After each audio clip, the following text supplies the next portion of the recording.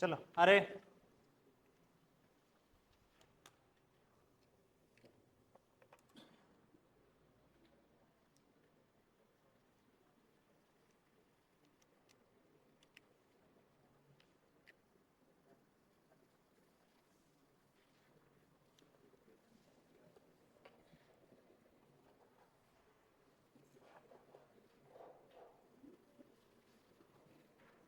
Last class अपन ने current electricity start किया था। करंट इलेक्ट्रिसिटी में क्या क्या पढ़े थे वो एक बार जल्दी से रिवाइज करते हैं। इधर देखें, सबसे पहले अपन ने देखा था कि करंट वर्ड का मतलब क्या होता है। करंट वर्ड का मतलब होता है किसी भी चीज का बहना।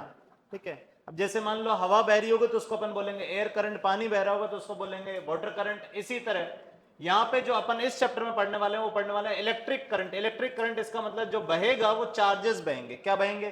चार्जेस। चार्जेस के बहने को ही अपन करंट बोलते हैं। ठीक है, मान लीजिए ये कोई क्रॉस सेक्शन है, इस क्रॉस सेक्शन से इलेक्ट्रॉन इधर की तरफ पास कर रहे हैं, इलेक्ट्रॉन पास कर रहे हैं, इसका मतलब चार्ज बह रहा है। ठीक, तो अगर मेरे को इस क्रॉस सेक्शन से करंट लिखना है कि इस क्रॉस सेक्शन से कितना करंट बह रहा है, तो करंट कैसे लिखेंगे? करंट होता है कितना चार्ज बहा पर यूनिट टाइम। ठीक है, कितना चार्ज बहा कितने टाइम में, उस रेशियो को अपन इलेक्ट्रिक करंट बोलेंगे। अब जैसे मान लो यहां से n इलेक्ट्रॉन क्रॉस करे, कितने इलेक्ट्रॉन क्रॉस करे? n इलेक्ट्रॉन क्रॉस करे तो चार्ज कितना क्रॉस करा? ne। कितना क्रॉस करा? ne। तो ne cross ne charge cross करा t टाइम में, तो ये एवरेज करंट हो गया। यहाँ पे इस एरिया से जो गुजरने वाला करंट है वो करंट इतना है। अच्छा, एवरेज करंट के बाद अपन पढ़े थे इंस्टेंटेनियस करंट। इंस्टेंटेनियस करंट का मतलब होता है कि t से लेके t प्लस dt में कितना चार्ज पास किया, वो charge upon time interval dt। इस रेशियो को इंस्टेंटेनियस करंट बोलते हैं। इंस्टेंटेनियस करंट क्या बताया मैं, जल्दी से बताओ। इंस्टेंटेनियस करंट क्या था? t से लेके t प्लस dt, इस इंटरवल में जितना चार्ज पास किया, जो चार्ज पास करेगा ऑब्वियसली वो छोटा सा चार्ज होगा, उसको बोला अपन ने dq। तो ये dq बाय वो टाइम इंटरवल dt, इस रेशियो को बोला इंस्टेंटेनियस करंट। अच्छा, जैसे ही आया टर्म dq बाई dt, इससे ये देखते पता पड़ना चाहिए कि इसके तीन मीनिंग है। क्या? पहला तो कि q को यानी चार्ज को डिफरेंशिएट करोगे किसके रिस्पेक्ट में? टाइम के, तो वो हमें इंस्टेंटेनियस करंट दे देगा। दूसरा इसका मीनिंग समझ में आना चाहिए कि qt ग्राफ अगर दिया हुआ है, चार्ज टाइम ग्राफ दिया हुआ है, तो उस ग्राफ में टेंजेंट का स्लोप जो होगा वो करंट होगा। तीसरा समझ में आना चाहिए कि rate of change of charge या rate of flow of charge with respect to time जो होगा उसको ही करंट बोलेंगे। ठीक है, तो ये तीनों मीनिंग है। अब इसी dt को इधर ले गया और मैंने इंटीग्रेट करा, तो यहां से ये एक्सप्रेशन बना। ये एक्सप्रेशन क्या दिखा रहा है कि आईटी ग्राफ का एरिया, करंट टाइम ग्राफ का एरिया जो है वो मेरे को बताएगा कि कितना चार्ज फ्लो करा। इस पे अपन ने एक क्वेश्चन भी करा था, याद हो तो? याद है क्या? जिसमें i is equal to 2 plus 40 दिया हुआ था। ये i इक्वल टू 2 प्लस 40 दिया हुआ था, करंट ये दिया हुआ है और मेरे को चार्ज फ्लोन बताना था। अब अगर मेरे को करंट दे रखा है तो मैंने क्या करा, करंट टाइम ग्राफ जो बनाया, इस ग्राफ का एरिया जो है वो मुझे पता है चार्ज बताता है। तो करंट टाइम ग्राफ का एरिया मैंने निकाला और वहां से चार्ज निकाल दिया। अच्छा, इसके आगे इधर देखें। अच्छा, ये डिफरेंट डिफरेंट मटेरियल में कौन कौन से चार्ज कैरियर होते हैं या कौन कौन सी चीजें फ्लो करती है वो बताया था। कंडक्टर्स में क्या फ्लो करते हैं?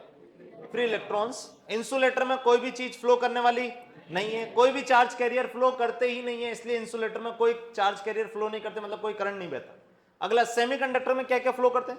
Electron and holes. Electron and holes. Electrolyte में क्या फ्लो करते हैं? पॉजिटिव एंड नेगेटिव आयंस, दोनों आयंस जो है पॉजिटिव और नेगेटिव आयंस जो है वो फ्लो करते हैं। ठीक है, नेक्स्ट इसके बाद अपन ने यहाँ पे कुछ एग्जांपल देखे थे। इनमें रिंग घुमा रहे थे, इसमें एक इलेक्ट्रॉन घूम रहा था, इसमें रिंग घूम रही थी, इसमें इलेक्ट्रॉन घूम रहा था। ठीक है, और इनमें अपन ने करंट वगैरह निकाले थे। ठीक है, फिर ये एक रॉड थी जो कि पॉजिटिवली चार्ज थी, चार्ज डेंसिटी रो थी, और इसको अपन ऐसे मूव करा रहे थे v स्पीड से, तो इसमें करंट वगैरह निकाले थे। देन यहाँ पे अगला ये था, ये क्वेश्चन था कि अगर मान लीजिए ये एक वायर है, वायर का क्रॉस सेक्शन एरिया मुझे 20 सेंटीमीटर स्क्वायर दिया हुआ है, वायर से करंट 20 एम्पेयर बह रहा है, तो 20 मिली सेकंड में कितना चार्ज फ्लो कर गया होगा या कितने नंबर ऑफ इलेक्ट्रॉन क्रॉस कर गए होंगे, ये निकलाता है यहाँ पे। ठीक, देन अगला ये क्वेश्चन करा था। इस क्वेश्चन में ये जो है ये नंबर समझ में आना चाहिए। एटॉमिक मास नंबर दिया हुआ था, इसका मतलब क्या है, Na एटम्स का मास इतना है 200 ग्राम। ठीक है, और इसको अपन ने क्वेश्चन को सॉल्व करा था। ठीक है, करंट वाला अभी बताया था ये क्वेश्चन तो। ठीक है, अगला इसके बाद अपन देखे इलेक्ट्रिक करंट के बारे में। दो चीजें देखे थे कि इलेक्ट्रिक करंट जो है वो उसकी डायरेक्शन किधर मानी जाती है? इलेक्ट्रॉन के फ्लो के अपोजिट। इलेक्ट्रॉन जिधर फ्लो कर रहे होंगे उसके अपोजिट अपन मानते हैं कि करंट फ्लो कर रहा है। दूसरी चीज ये कि करंट जो है वो स्केलर है कि वेक्टर है? स्केलर, मैग्नीट्यूड है, डायरेक्शन है, पर वो वेक्टर अलजेब्रा फॉलो नहीं कर रहा है, इसलिए करंट जो है वो स्केलर क्वांटिटी है। ठीक है, नेक्स्ट इसके बाद अपन पढ़े थे करंट डेंसिटी। करंट डेंसिटी जो थी वो स्केलर थी कि वेक्टर थी? वेक्टर। करंट डेंसिटी एक वेक्टर क्वांटिटी थी जिसकी value current per unit area होती है। करंट डेंसिटी जो होती है वो होती है करंट पर यूनिट एरिया। ठीक है, ये एरिया इधर मल्टीप्लाई करूंगा, इसका मतलब करंट डेंसिटी को अगर मैं एरिया से मल्टीप्लाई कर रहा हूं तो उस छोटे से एरिया से गुजरने वाला करंट निकल जाएगा। ये चीज यहां पे लेकर के देखो, करंट डेंसिटी को छोटे से एरिया से मल्टीप्लाई कर रहा हूं तो उस एरिया से गुजरने वाला करंट आ जाएगा। अगर टोटल करंट निकालना है तो इसी को इंटीग्रेट कर दोगे, इंटीग्रेट करोगे तो ये एक्सप्रेशन बन जाएगा। ठीक है, इस पे एक क्वेश्चन कर रहे थे फिर अपन ने, जहां पे करंट डेंसिटी जो थी वायर में इस तरह से बदल रही थी, J is equal to J naught into 1 minus R by R. क्या यहाँ पे करंट डेंसिटी कांस्टेंट है कि वेरिएबल है? वेरिएबल। जैसे जैसे दूर जा रहा हूं करंट डेंसिटी बदलती जा रही है, तो इसलिए सीधा करंट डेंसिटी इंटू एरिया नहीं करोगे, पर अगर करंट डेंसिटी कांस्टेंट होती तो सीधा J नॉट इंटू एरिया कर देते तो वही करंट आ जाता। क्या ये समझ में आया? ठीक है, देन इसके बाद अपन ने देखा था कि अगर मान लो एक मेटल वायर रूम टेम्परेचर पे रखा हुआ है तो उसके अंदर क्या कहानी चल रही है, तो वो सारी कहानी अपन ने देखी थी कि इलेक्ट्रॉन रैंडम मोशन कर रहे हैं और वो रैंडम मोशन उनकी थर्मल एनर्जी के कारण कर रहे हैं, और वो जो स्पीड होती है वो स्पीड कितनी होती है? 10 की पावर 5। घर जाके पढ़े हो, जो स्पीड होती है वो 10 की पावर 5 के ऑर्डर की होती है, 10 की पावर 5 मीटर पर सेकंड होती है। इसी स्पीड को अपन ने थर्मल स्पीड बोला था। ठीक है, अब इसी वायर में अगर मैं बाहर से इलेक्ट्रिक फील्ड लगाऊंगा, इलेक्ट्रिक फील्ड लगाने के कारण जो फ्री इलेक्ट्रॉन है उन फ्री इलेक्ट्रॉन पे इलेक्ट्रिक फील्ड के अपोजिट फोर्स लगेगा, और फोर्स लगने के कारण धीरे धीरे इधर की तरफ ड्रिफ्ट होंगे, और जिस स्पीड से वो ड्रिफ्ट हो रहे होंगे, क्या उसी स्पीड को ड्रिफ्ट स्पीड बोला था? फिर यहाँ टर्म बताए थे, 3 टर्म क्या बताए थे? पहला टर्म बताया था रिलैक्सेशन टाइम। रिलैक्सेशन टाइम का मतलब क्या था? दो कोलिजन के बीच में लगने वाला औसतन समय क्या रिलैक्सेशन टाइम होता था? इसके बाद मीन फ्री पाथ बताया था। मीन फ्री पाथ क्या था? कि दो कोलिजन के बीच में चली गई औसतन दूरी, जो एवरेज डिस्टेंस दो कोलिजन के बीच में चली है, क्या उसको मीन फ्री पाथ बोलते थे? अब ये वैल्यू भी अप्रोक्सीमेट ध्यान रखेंगे कि मीन फ्री पाथ जो होता है वो लगभग 10 एंगस्ट्रॉम होता है, इस ऑर्डर का होता है। मतलब दो कोलिजन के बीच में औसतन इतनी दूरी चली जाती है। ठीक है, इसको नोट्स में ऐड कर लेना। ठीक, रिलैक्सेशन टाइम भी अप्रोक्सीमेटली ध्यान रखोगे, रिलैक्सेशन टाइम भी अप्रोक्सीमेटली 10 की पावर माइनस 14 सेकंड। ठीक है, इतना टाइम होता है। ठीक है, रिलैक्सेशन टाइम जो है वो भी अप्रोक्सीमेट ये ध्यान रखो कि हाँ इतना होता है, इस ऑर्डर के होते हैं, तो थोड़ा आइडिया लगेगा कि हाँ इस टाइम में कोलिजन हो जा रहे हैं, इतने टाइम में एवरेज कोलिजन हो जा रहे हैं, दो कोलिजन के बीच में औसतन इतनी दूरी चल रहा है। ठीक है, देन आगे इसके बाद अपन ने ड्रिफ्ट स्पीड निकाली थी। ड्रिफ्ट स्पीड इधर सुने, ड्रिफ्ट स्पीड जो थी वो ड्रिफ्ट स्पीड की वैल्यू कितनी आई थी? E by M into tau. E by M into tau. यहां पे ई इलेक्ट्रॉन का चार्ज है, एम इलेक्ट्रॉन का मास है, ई बाहर से लगाई हुई फील्ड है, टाउ रिलैक्सेशन टाइम है। अब यहां पे इधर सुने, क्या क्या पैरामीटर मैं इसमें चेंज कर सकता हूं? क्या ई चेंज कर सकता हूं? ई किसका चार्ज है तो वो चेंज होने वाला।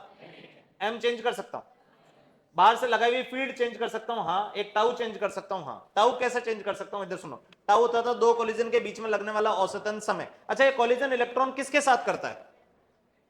ये इंपॉर्टेंट है, ये थ्योरेटिकल पॉइंट ये बन सकता है। इलेक्ट्रॉन कोलिजन किसके साथ कर रहा है? लैटिस पॉइंट, जो फिक्स एटम है, इस मेटल वायर के अंदर जो फिक्स्ड एटम है उनके साथ कोलिजन है। क्या बोला, पल्ले पड़ा? हाँ जी, ये टाउ कैसे बढ़ा और घटा सकते हो जल्दी बताओ? कोलिजन के बीच का समय कैसे बढ़ा या घटा सकते हो जल्दी बताओ? टेम्परेचर बढ़ाऊंगा तो टाउ, टेम्परेचर बढ़ाऊंगा तो स्पीड, थर्मल स्पीड बढ़ेगी, थर्मल स्पीड बढ़ेगी तो कोलिजन जल्दी जल्दी होंगे। इनफैक्ट एक और रीजन बता सकता हूं कि टेम्परेचर बढ़ेगा तो जो फिक्स एटम है वो फिक्स एटम एक ही जगह बैठे रहेंगे कि वह वाइब्रेट करेंगे? वाइब्रेट करेंगे, और जितना ज्यादा टेम्परेचर होगा उनका वाइब्रेशन का एम्पलीट्यूड उतना ही ज्यादा होगा, तो कोलिजन और जल्दी होंगे। मैं क्या बोला, पल्ले पड़ा? ठीक है, तो टेम्परेचर बढ़ाने पे टाउ घटेगा, टेम्परेचर बढ़ाने पे टाउ घटेगा। अच्छा, और टाउ कैसे चेंज कर सकते हो? मटेरियल चेंज करने पे एटम जिस तरह से जमे हुए हैं वो चेंज हो जाएगा, और एटम जिस तरह से जमे हुए हैं तो कोलिजन का जो टाइम है वो चेंज हो जाएगा। ठीक है, तो टाउ जो है वो एक मटेरियल पे डिपेंड कर रहा है, एक टेम्परेचर पे डिपेंड कर रहा है। ई बाहर से लगाई हुई फील्ड है ऑब्वियसली, तो ये ड्रिफ्ट स्पीड, ये ध्यान रखोगे। ड्रिफ्ट स्पीड किस ऑर्डर की होती है तो वो ध्यान रखो, 10 की पावर माइनस 4 मीटर पर सेकंड की। ठीक है, इतनी छोटी सी स्पीड। अब सुनना, रैंडम स्पीड कितनी थी जल्दी बताओ? जो इलेक्ट्रॉन ऐसे ऐसे घूम रहे थे वो स्पीड कितनी थी? 10 की पावर 5, 100 किलोमीटर पर सेकंड। अरे गधेड़ों, रैंडम स्पीड कितनी थी? 10 की पावर 5 मीटर पर सेकंड। ड्रिफ्ट स्पीड कितनी आई? 10 की पावर -4 मीटर पर सेकंड। इसका मतलब क्या है? देखो ये एक सेकंड में कितने खिसक रहे हैं। 10 की पावर -4 का मतलब क्या हो गया? 0.1 mm, 0.1 mm या उससे भी कम, 0.01, 0.1 इस ऑर्डर का। ठीक है, नहीं एक सेकंड में 0.1 mm मतलब 1 mm का भी 10वां हिस्सा इतना सा, या 100वां हिस्सा इतना ही खिसक रहा है। ठीक है, तो जो करंट आ रहा था वो करंट इस रैंडम स्पीड के कारण आ रहा था कि ड्रिफ्ट स्पीड के कारण आ रहा था? ड्रिफ्ट स्पीड, इस स्पीड के कारण करंट आ रहा है। ठीक है, देन आगे ये सारी चीजें यहां पे डिस्कस करी थी कि ड्रिफ्ट स्पीड और इलेक्ट्रिक फील्ड के रेशियो को क्या बोला जाता था? मोबिलिटी। ड्रिफ्ट स्पीड और इलेक्ट्रिक फील्ड के रेशियो को क्या बोला जाता था? मोबिलिटी। ठीक है, अच्छा आगे से जब भी वायर में, इधर सुनो, जब भी वायर में इलेक्ट्रिक फील्ड लगी होगी, वायर में इलेक्ट्रिक फील्ड लगी होगी तो रैंडम मोशन कंसीडर करोगे कि नहीं करोगे? हम क्या मानेंगे कि सारे के सारे इलेक्ट्रॉन इलेक्ट्रिक फील्ड के अपोजिट दौड़ रहे हैं, कितनी स्पीड से? बोलो भाई, ड्रिफ्ट स्पीड से, जो किस ऑर्डर की होती है? 10 की पावर -4। क्या समझ में आया? इसके आगे आज का कंटिन्यू करते हैं। आज ज्यादा नहीं पढ़ेंगे, थोड़ा सा ही पढ़ेंगे, मेरा मन नहीं है ज्यादा। ठीक है, इधर देखें, आगे इधर देखो, अगला टॉपिक इधर देखें। अरे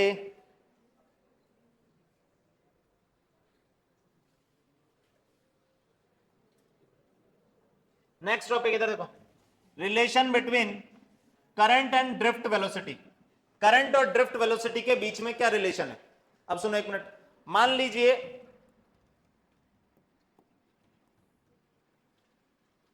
ये एक वायर है,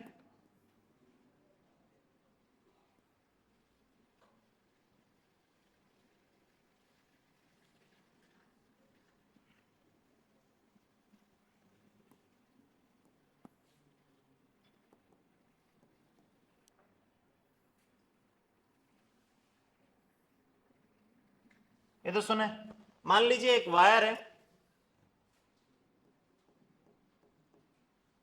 इस वायर में अपन ने इलेक्ट्रिक फील्ड जो है वो इधर की तरफ स्टेब्लिश कर रखी है, इलेक्ट्रिक फील्ड इधर की तरफ ई स्टेब्लिश कर रखी है। जैसे इलेक्ट्रिक फील्ड इधर ई स्टेब्लिश करूंगा, मेरे को पता है इलेक्ट्रॉन का रैंडम मोशन हो रहा था, उसके साथ साथ ये इधर की तरफ ड्रिफ्ट होना स्टार्ट होंगे, पर वो रैंडम मोशन का कोई लेना देना नहीं है, तो मैं मानूंगा कि सारे के सारे इलेक्ट्रॉन इधर की तरफ वीडी से घूम रहे हैं, वीडी से इधर जा रहे हैं, सारे इलेक्ट्रॉन इधर की तरफ वीडी से जा रहे हैं। कौन से इलेक्ट्रॉन? Free electron. इस मेटल में क्या सिर्फ फ्री इलेक्ट्रॉन ही मौजूद है? नहीं, बाउंडेड भी है, पर बाउंडेड मूव कर नहीं रहे। ठीक है, तो सारे के सारे फ्री इलेक्ट्रॉन इधर की तरफ मूव कर रहे हैं। ठीक है, बीडी स्पीड से। अब मैं तुमसे पूछ रहा हूं, ध्यान सुनना, एक क्वेश्चन की तरह इसको ट्रीट करो और क्वेश्चन सॉल्व करो। इधर सुनना, मैं पूछ रहा हूं कि if number of free electrons पर यूनिट वॉल्यूम, पर यूनिट वॉल्यूम n है, इसका मतलब क्या है? इधर सुनो, ये कह रहा है कि 1 मीटर क्यूब में जितने फ्री इलेक्ट्रॉन है उनकी संख्या n है। वायर का 1 मीटर क्यूब ले लो तो उसमें नंबर ऑफ फ्री इलेक्ट्रॉन जो है वो n है, ये ऐसा दे रखा है। हमें बताना है करंट और ड्रिफ्ट स्पीड के बीच में relation. Find relation between current and drift speed, current and drift speed, current and drift speed. अब सुनो, ये क्वेश्चन अपन ने करा था, इधर सुनो, ये क्वेश्चन करा है कल।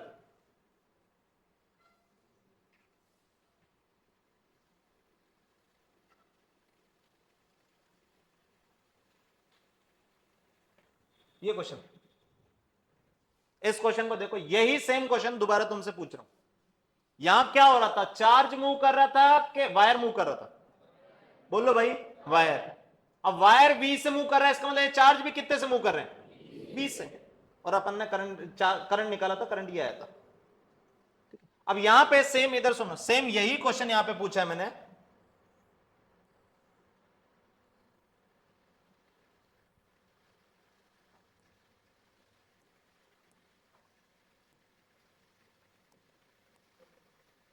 हाँ जी, ये क्वेश्चन यहां पे पूछा देखो कि यहां पे कौन मूव कर रहा है, वायर मूव कर रहा है कि इलेक्ट्रॉन्स मूव कर रहे हैं? फ्री इलेक्ट्रॉन्स मूव कर रहे हैं। और फ्री इलेक्ट्रॉन की संख्या पर यूनिट वॉल्यूम कितनी दे रखी है? एन। अब ध्यान से सुनो, इधर सुनो, करंट निकालना है मेरे को इससे, जल्दी से खुद से सॉल्व करो। करंट की वैल्यू, यहां से करंट की वैल्यू निकालनी है, जल्दी बताओ। इस एरिया से कितना करंट पास कर रहा है ये निकालना है। तो कितना करंट पास कर रहा है इसका मतलब क्या निकालोगे? करंट कैसे निकालोगे? कितना चार्ज फ्लो करा अपॉन कितने टाइम में, बस इतना ही सॉल्व करना है। करो जल्दी से, खुद से सॉल्व करें।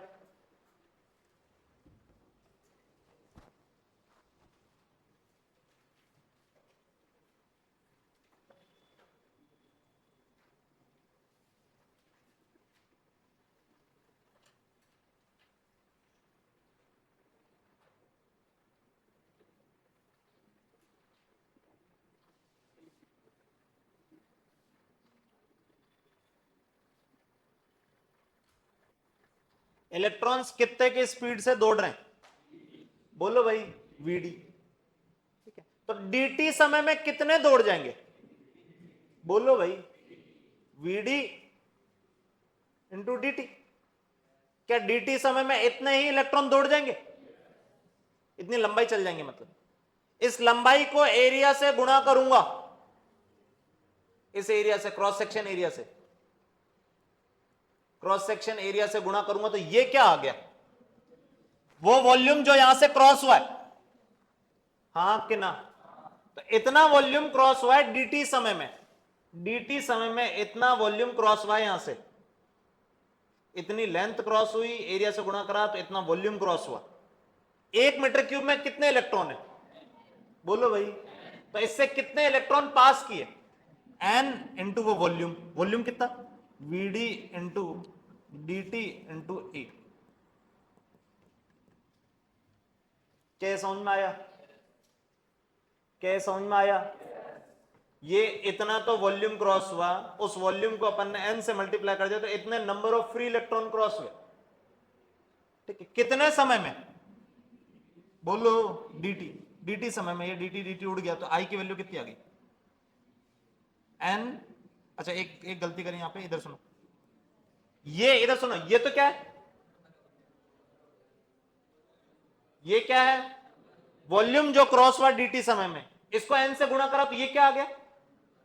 नंबर ऑफ फ्री इलेक्ट्रॉन कितने क्रॉस हुए। तो यहां डीक्यू में ये क्या रखना है? चार्ज कितना क्रॉस हुआ, नंबर नहीं, क्या रखना है? चार्ज। तो अगर मान लो इतने क्रॉस हुए हैं, हर किसी के साथ, हर किसी के साथ चार्ज कितना है? ई। तो ये हर किसी के चार्ज से मल्टीप्लाई करा तो ये टोटल चार्ज आ गया। ठीक है, तो यहां पे ई एक और आएगा एक्स्ट्रा टर्म, ये। ठीक है, तो करंट और ड्रिफ्ट स्पीड के बीच में ये रिलेशन है। ठीक है, करंट और ड्रिफ्ट स्पीड के बीच में ये रिलेशन है। ये रिलेशन ऐसे याद रखो, N A V A. Current और ड्रिफ्ट स्पीड में ये रिलेशन है, ये रिलेशन ध्यान रखेंगे। इधर सुने, एन क्या है? Number of free electron per unit volume. E क्या है? इलेक्ट्रॉन का चार्ज। वीडी क्या है? Drift speed. ए क्या है? एरिया, क्रॉस सेक्शन एरिया जिससे करंट बह रहा है। ठीक है, आई करंट है। क्या ये ध्यान रखोगे? करंट और ड्रिफ्ट स्पीड में ये रिलेशन है, करंट और ड्रिफ्ट स्पीड में ये रिलेशन है। अच्छा, इसको देखो आगे क्या रिलेशन आया था करंट और ड्रिफ्ट स्पीड में, जल्दी बताओ। I equal to N E V D A. इसको ऐसे ध्यान रखो, निविया। ठीक है, N E V A, Nivia. ठीक है, इधर सुन, अब सुनना, 1 मिनट, ये एरिया इधर ले जाओ, एरिया इधर ले जाओगे तो क्या बन गया? I by A is equal to N E V D. ये टर्म क्या ये पढ़े? Current per unit area, current density. तो ये बन गया current density is equal to N E V D. अरे सही है, वीडी की वैल्यू रख सकते हो। ड्रिफ्ट स्पीड कितनी होती थी? एन ई, तो ऐसा का ऐसा ड्रिफ्ट स्पीड पढ़ा है, कितना होता था? E E by M into tau, force by mass, या गया एक्सेलरेशन इंटू टाउ। अरे सही है। करंट डेंसिटी कितनी आ गई? करंट डेंसिटी देखो, N E square tau by M into E. क्या पल्ले पड़ा? अब यहां पे क्या क्या टर्म क्या क्या है जल्दी बताओ। एन क्या है? Number of free electron per unit volume, number of free electron per unit volume, E electron का चार्ज, tau relaxation time, M electron का, ये बाहर से लगाई हुई फील्ड, हाँ कि ना। अब सुनना, अगर मैं दो चीजें कांस्टेंट कर दूं, क्या क्या, एक मटेरियल और एक टेम्परेचर, क्या क्या कांस्टेंट कर दिया मैंने, मटेरियल एंड टेम्परेचर।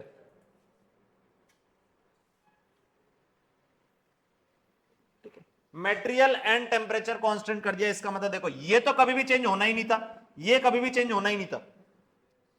मटेरियल और टेम्परेचर कांस्टेंट करते ही टाउ भी कांस्टेंट हो गया, मटेरियल और टेम्परेचर कांस्टेंट करते ही एन भी कांस्टेंट हो गया। एन क्या था, number of free electron per unit volume. अगर मटेरियल कांस्टेंट कर दूंगा तो ये लगभग लगभग कांस्टेंट हो जाए। क्या बोला, पल्ले पड़ा। इसका मतलब ये पूरा टर्म कांस्टेंट बन गया। हाँ, ये टर्म बदल कब सकता है, जब मटेरियल या टेम्परेचर दोनों में से कुछ भी बदलूंगा ये टर्म बदल जाएगा। क्या बोला, पल्ले पड़ा। तो एक फिक्स मटेरियल और टेम्परेचर के लिए ये जो टर्म है, इस टर्म को बोलते हैं कंडक्टिविटी।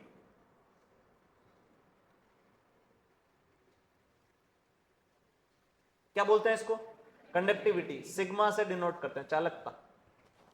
ठीक है, कंडक्टिविटी जिसको किससे डिनोट करते हैं, सिग्मा से। तो यहां से क्या रिलेशन आया, देखो J इज इक्वल टू क्या आ गया, sigma into E. J is equal to sigma into ई।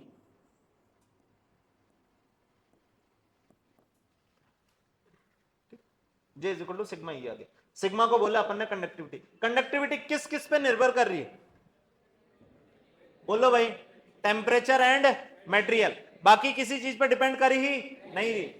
अच्छा एक मिनट सुनो, ये वायर जो था, इस वायर की लंबाई क्या है, एरिया क्या है, इस पे क्या कंडक्टिविटी डिपेंड कर रही है, नहीं। ये अगर वायर तुमने मटेरियल फिक्स रख रखा है, टेम्परेचर फिक्स रख रखा है, तो कंडक्टिविटी बदल नहीं रही है।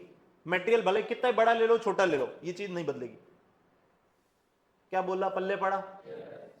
कंडक्टिविटी का जस्ट उल्टा सुना, कंडक्टिविटी का जस्ट उल्टा एक टर्म होता है जिसको बोलते हैं रेजिस्टिविटी। रेजिस्टिविटी, इसको रो से रिप्रेजेंट करते हैं। रेजिस्टिविटी 1 बाय कंडक्टिविटी है। कंडक्टिविटी का उल्टा जो होता है उसको बोलते हैं रेजिस्टिविटी।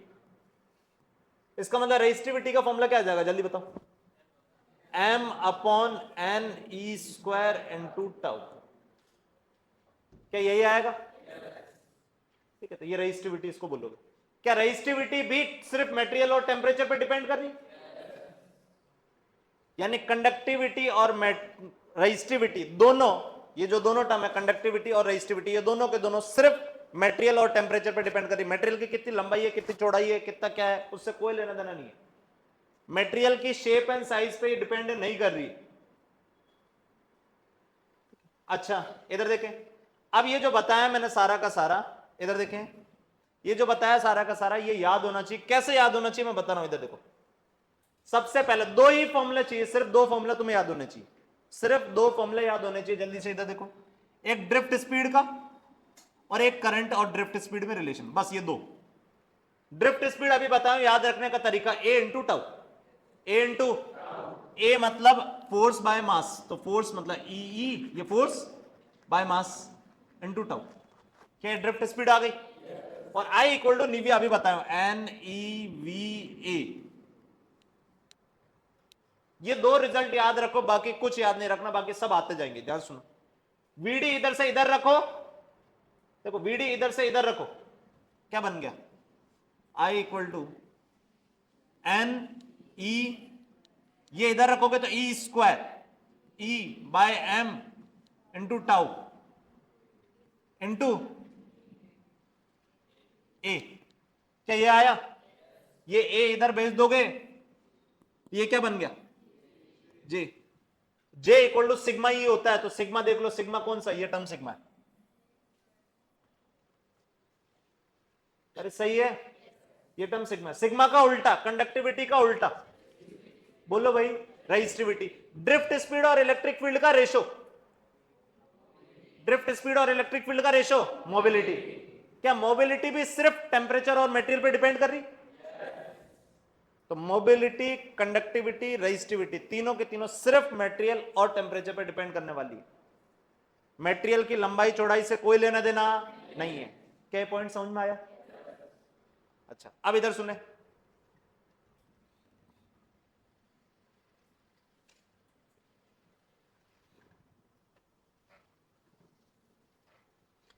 इधर सुनो।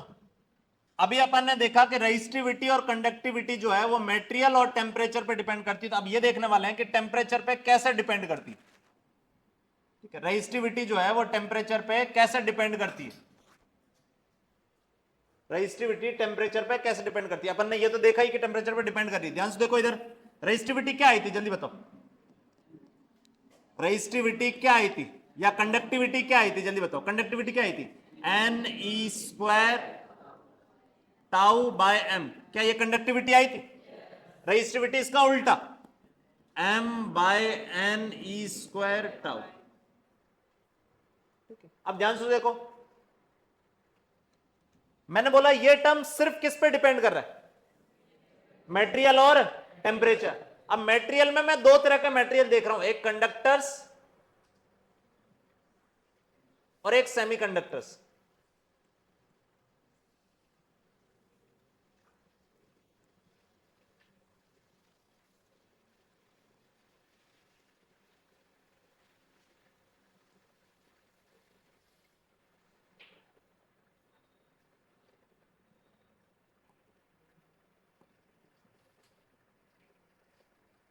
अच्छा, कंडक्टर और सेमीकंडक्टर में किस में फ्री इलेक्ट्रॉन की संख्या बहुत ज्यादा होती है?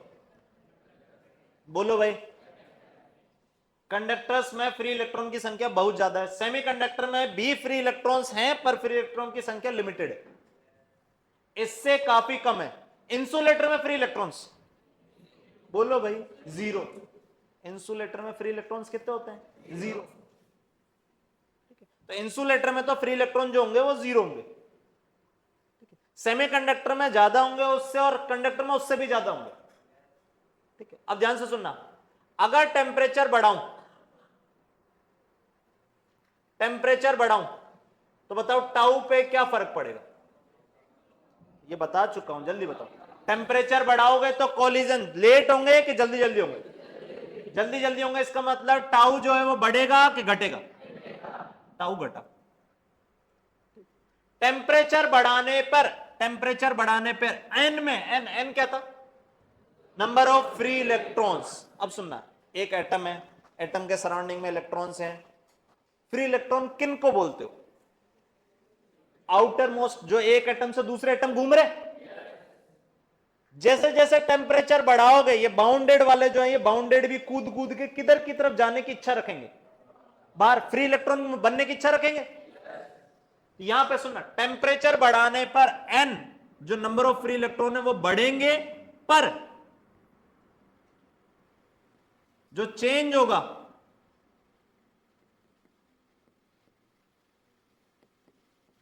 वो बहुत कम होगा। इधर सुनो, कंडक्टर्स में जो फ्री इलेक्ट्रॉन होते हैं वो लगभग लगभग इतने होते हैं पर मीटर क्यूब। कितने फ्री इलेक्ट्रॉन? 10 की पावर 28, 10 की power 28 metre cube free electrons होते हैं एक मीटर क्यूब। ठीक है, इतने free electrons per metre cube conductors में ये होता है, लगभग लगभग इस ऑर्डर का होता है। अब सुनना, अगर मान लो मैं बोलूं कि टेम्परेचर बढ़ाया और इसमें 2 करोड़ फ्री इलेक्ट्रॉन जुड़ गए, पर वो 2 करोड़ इसके कंपैरिजन में नेग्लिजिबल है। ये संख्या देखने में बहुत बड़ी दिख रही है, पर जिस अमाउंट में तुम इसको जोड़ोगे वो नेग्लिजिबल। क्या बोला, पल्ले पड़ा? तो क्या कंडक्टर्स में, सुनो, कंडक्टर्स में टेम्परेचर बढ़ाने पे नंबर ऑफ फ्री इलेक्ट्रॉन बढ़ते हैं कि नहीं बढ़ते? बढ़ते हैं। ठीक है, पर वो जो बढ़े हैं वो जितने मौजूद हैं उनके कंपैरिजन में बहुत छोटे हैं। तो जो चेंज होगा वो चेंज कुछ भी आने वाला नहीं है। जैसे मान लो तुम्हारे पास 10 करोड़ रुपए, उसमें 2 रुपए ऐड कर दो। मान लो, बोला मान लो पहले ठीक है, मान लो तुम्हारे पास कितने रुपए? 10 करोड़, उसमें 2 रुपए ऐड कर दो, रुपए बढ़े कि नहीं बढ़े? बढ़े, पर जो चेंज हुआ वो बहुत ही स्लाइड सा चेंज हुआ कि उस पुरानी वाली वैल्यू के कंपैरिजन में कुछ है ही नहीं। सेम चीज यहां पे भी यही हो रहा है। ये 10 की पावर 28 मतलब 28 जीरो है भाई। 2 करोड़ में कितने होंगे? 5, 10, 15, 20। ये सब 20 भी छोटा ही है। 10 की पावर 20 भी बहुत छोटा है 10 की पावर 28 के कंपैरिजन में। ये बहुत छोटा है, बहुत, इसके कंपैरिजन। ये समझ में आ रहा? ये भी बहुत छोटा है।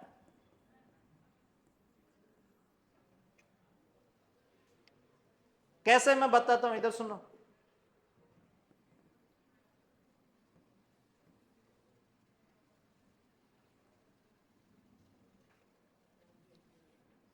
ये कितने रुपए लिखे हैं?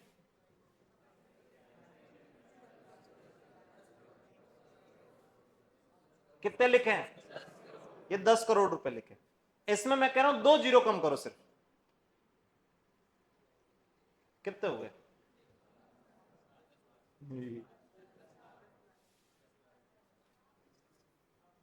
कितने? 10 लाख। ये 10 लाख उस 10 करोड़ के कंपैरिजन में नेग्लिजिबल है। 10 करोड़ में 10 लाख जोड़ दोगे तो कोई फर्क पड़ने वाला नहीं है, कुछ फर्क नहीं पड़े।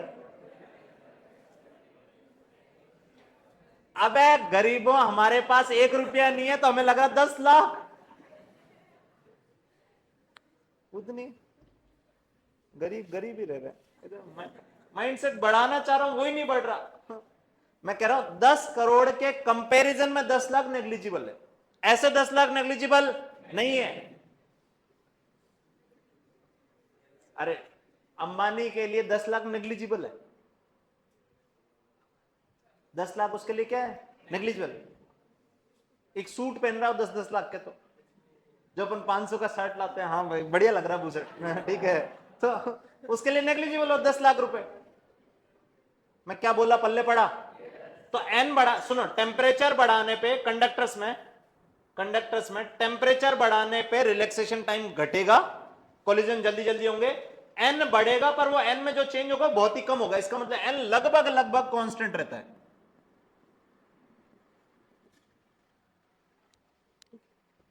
स्लाइड चेंज आएगा पर वो लगभग लगभग कांस्टेंट है। इसका मतलब यहां देखो, ये लगभग लगभग कांस्टेंट और ये चीज घटी है। क्या हुआ? सिग्मा का क्या होगा? बोलो भाई। अरे ये लगभग लगभग कांस्टेंट है, ये चीज बदल नहीं रही, ये बदल नहीं रही, ये घटा है, तो ये ओवरऑल क्या होगा? घटेगा। मतलब एन इंटू टाउ का प्रोडक्ट जो है वो घटेगा। एन लगभग लगभग कांस्टेंट, टाउ घटा, इसका मतलब ये टर्म घटेगा, और ये टर्म घटेगा इसका मतलब कंडक्टिविटी घटेगी, और कंडक्टिविटी घटेगी तो रेजिस्टिविटी बढ़ेगी। क्या कंडक्टर्स के लिए समझ में आया? सेम सेमीकंडक्टर के लिए करें, इधर देखें।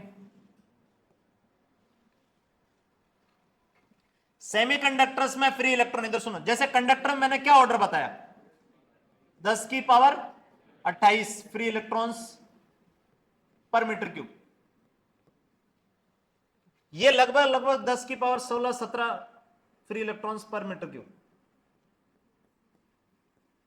इस ऑर्डर के होता है। यानी इसके कंपैरिजन में बहुत कम है, पर इंसुलेटर से बहुत ज्यादा है। क्या बोला, पल्ले पड़ा? अब सेमीकंडक्टर में क्या फिनोमेना होता है, इधर सुनो। सेमीकंडक्टर में क्या फिनोमेना होगा? टेम्परेचर बढ़ाओगे, टेम्परेचर बढ़ाओगे तो टाउ,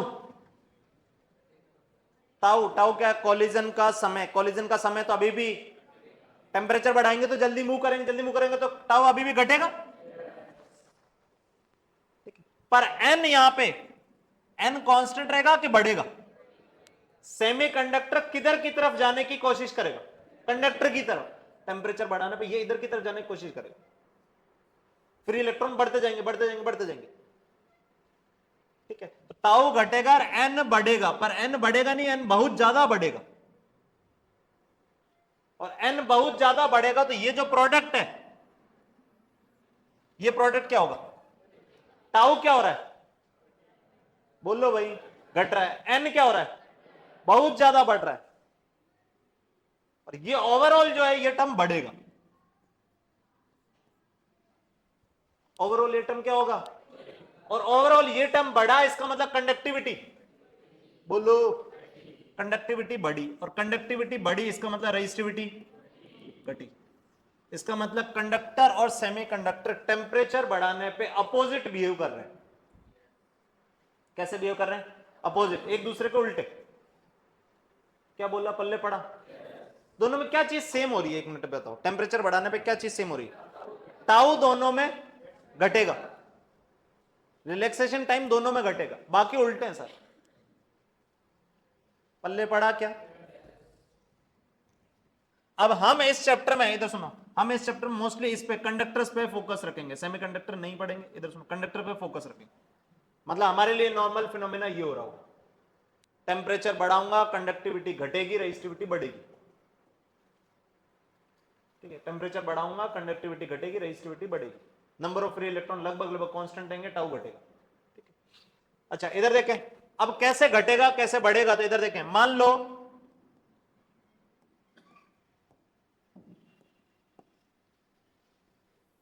लो ये कंडक्टर है, ध्यान से सुनो, मान लो ये कंडक्टर है, इसकी कंडक्टिविटी या रेजिस्टिविटी, इसकी रेजिस्टिविटी रो नोट है। इसकी रेजिस्टिविटी कितनी है? रो नोट। इसकी रेजिस्टिविटी रो नोट है, कहां पे? 0 डिग्री सेंटीग्रेड पे। ये कंडक्टर जब 0 डिग्री सेंटीग्रेड पे ले गया तो इसकी रेजिस्टिविटी कितनी है? रो नोट। इसका टेम्परेचर मैंने बढ़ाया, इसका टेम्परेचर बढ़ाया डेल्टा टी अमाउंट से। ठीक है, डेल्टा टी अमाउंट से मैंने टेम्परेचर बढ़ा दिया। ठीक है, इसकी रेजिस्टिविटी क्या होगी? पहले रेजिस्टिविटी कितनी थी? बोलो भाई, रेजिस्टिविटी रो नोट थी,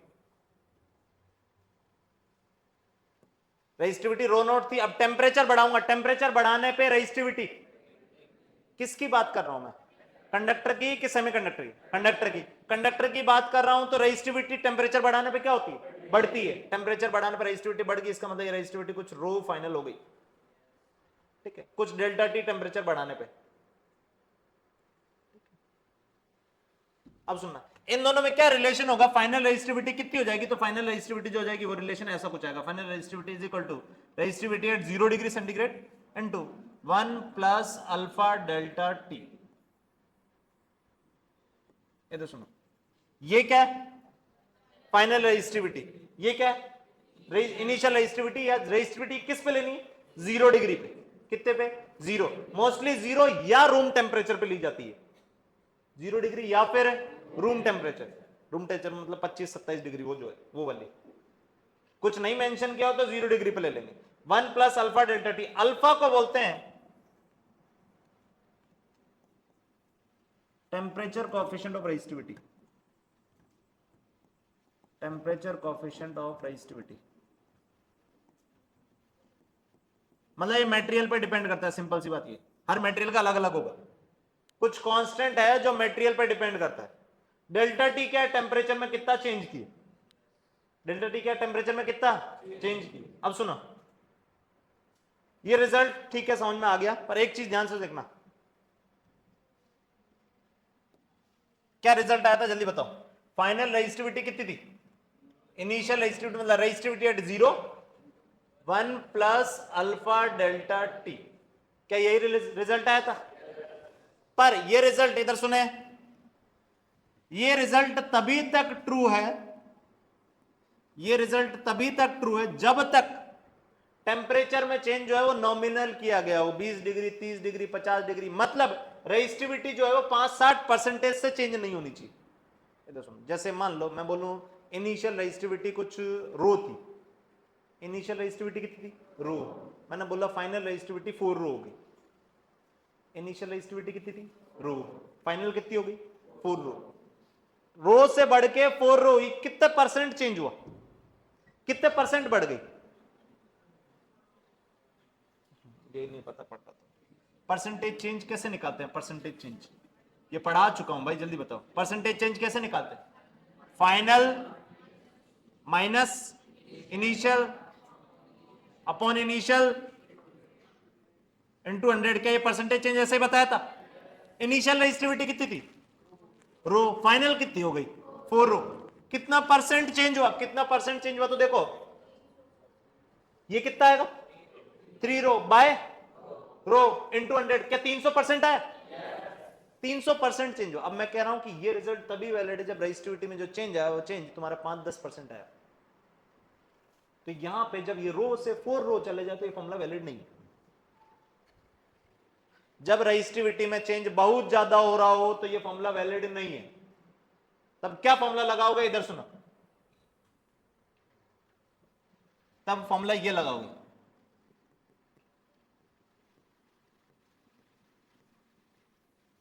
इनफैक्ट ये एक्चुअल रिजल्ट है, इससे ये आया है एक अजम्पशन के बाद।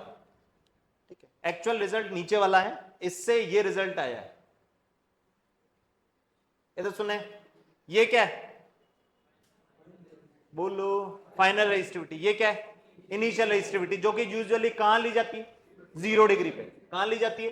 0 डिग्री। ई की पावर, ये क्या लिखा हुआ? Alpha delta T. ये रिजल्ट हमेशा वैलिड है, ये रिजल्ट हमेशा वैलिड है, इससे ये आया है। तो सर ये हमेशा वैलिड है तो यही पढ़ाते, ये इसलिए नहीं पढ़ा रहे। इधर सुनो, ये ई की पावर कुछ कुछ सॉल्व करना है, टफ है, एग्जाम में सॉल्व होने वाला, तो इसलिए अप्रोक्सीमेट करके ये लिखा है। क्या बोला? पल्ले पड़ा? कौन सा रिजल्ट एक्चुअल है? नीचे वाला। ये हमेशा ट्रू है, इससे एक्चुअल रिजल्ट इससे आएगा। ठीक है, इससे ये अप्रोक्सीमेट करके लाए गए हैं। वो अप्रोक्सीमेट तब करके लाए गए हैं जब टेम्परेचर में चेंज ज्यादा ना हो। ठीक है, टेम्परेचर में चेंज ज्यादा ना हो, या यूं कहूं रेजिस्टिविटी में जो चेंज हो रहा है वो 5-10% ही चेंज होना चाहिए। अरे पल्ले पड़ा? अब इधर सुनो, पर नीट में या जेईई मेंस में कई क्वेश्चन ऐसे आए हुए हैं जहां पर रेजिस्टिविटी वो डबल भी कर दे रहा है, तब भी यही फॉर्मूला लगा के कर रहा है। उसने कभी ये फॉर्मूला यूज नहीं किया। इधर सुन लो, मैं बता रहा हूं जो सुनो, नीट में या जेईई में जो क्वेश्चन प्रीवियस ईयर में आए हुए हैं उसने कभी ये फॉर्मूला यूज करके नहीं निकाला। पर दिमाग में हमें सही से पता होना चाहिए कि कौन सा फॉर्मूला इन दोनों में से सही है, नीचे वाला। उसने हमेशा रेजिस्टिविटी चाहे 2 गुना हुई है, चाहे 3 गुना हुई है, चाहे 20% बढ़ी है, चाहे 50% बढ़ी है, उसने इससे निकाला। ठीक है, पर वो एक्चुअल रिजल्ट नहीं है, एक्चुअल रिजल्ट इससे आएगा। ठीक,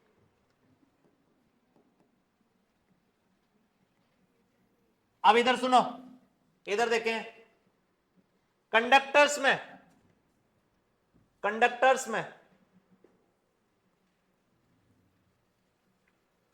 में टेम्परेचर बढ़ाने पे रेजिस्टिविटी, बोलो भाई, बढ़ती है। कंडक्टर में टेम्परेचर बढ़ाने पे रेजिस्टिविटी बढ़ रही, रेजिस्टिविटी बढ़ रही मतलब फाइनल वैल्यू इनिशियल वैल्यू से ज्यादा है, हाँ कि ना? फाइनल वैल्यू इनिशियल वैल्यू से ज्यादा है, इसका मतलब ये टर्म 1 से बड़ा होना चाहिए। ये टर्म किससे बड़ा होना चाहिए? 1 से बड़ा। 1 से बड़ा होने का मतलब अल्फा जो है वो पॉजिटिव होना चाहिए। अल्फा क्या होना चाहिए? पॉजिटिव। अगर अल्फा नेगेटिव हो गया तो ये टर्म 1 से छोटा हो जाएगा। क्या बोला? पल्ले पड़ा? ठीक है, तो कंडक्टर्स में टेम्परेचर बढ़ाने पर रेजिस्टिविटी बढ़ती है, रेजिस्टिविटी बढ़ती है, इसका मतलब जो अल्फा है वो अल्फा तुम्हारा पॉजिटिव होना चाहिए, मतलब टेम्परेचर कोफिशिएंट जो है वो पॉजिटिव होना चाहिए कंडक्टर्स के लिए। ठीक है, सेमीकंडक्टर्स में जल्दी बताओ, सेमीकंडक्टर में टेम्परेचर बढ़ाने पर रेजिस्टिविटी बढ़ती है कि घटती है? जवाब दो। टेम्परेचर बढ़ाने पे रेजिस्टिविटी घटती है, घटती है, इसका मतलब ये वैल्यू कम होनी चाहिए इससे, और कम होनी है इसका मतलब ये 1 से कम आना चाहिए। और ये 1 से कम कब आएगा? जब अल्फा क्या होगा? नेगेटिव। अल्फा जो है वो नेगेटिव होना चाहिए, इसका मतलब अल्फा जो है रेजिस्टिविटी घटेगी, इसका मतलब अल्फा जो है वो नेगेटिव होगा, अल्फा तुम्हारा नेगेटिव होगा।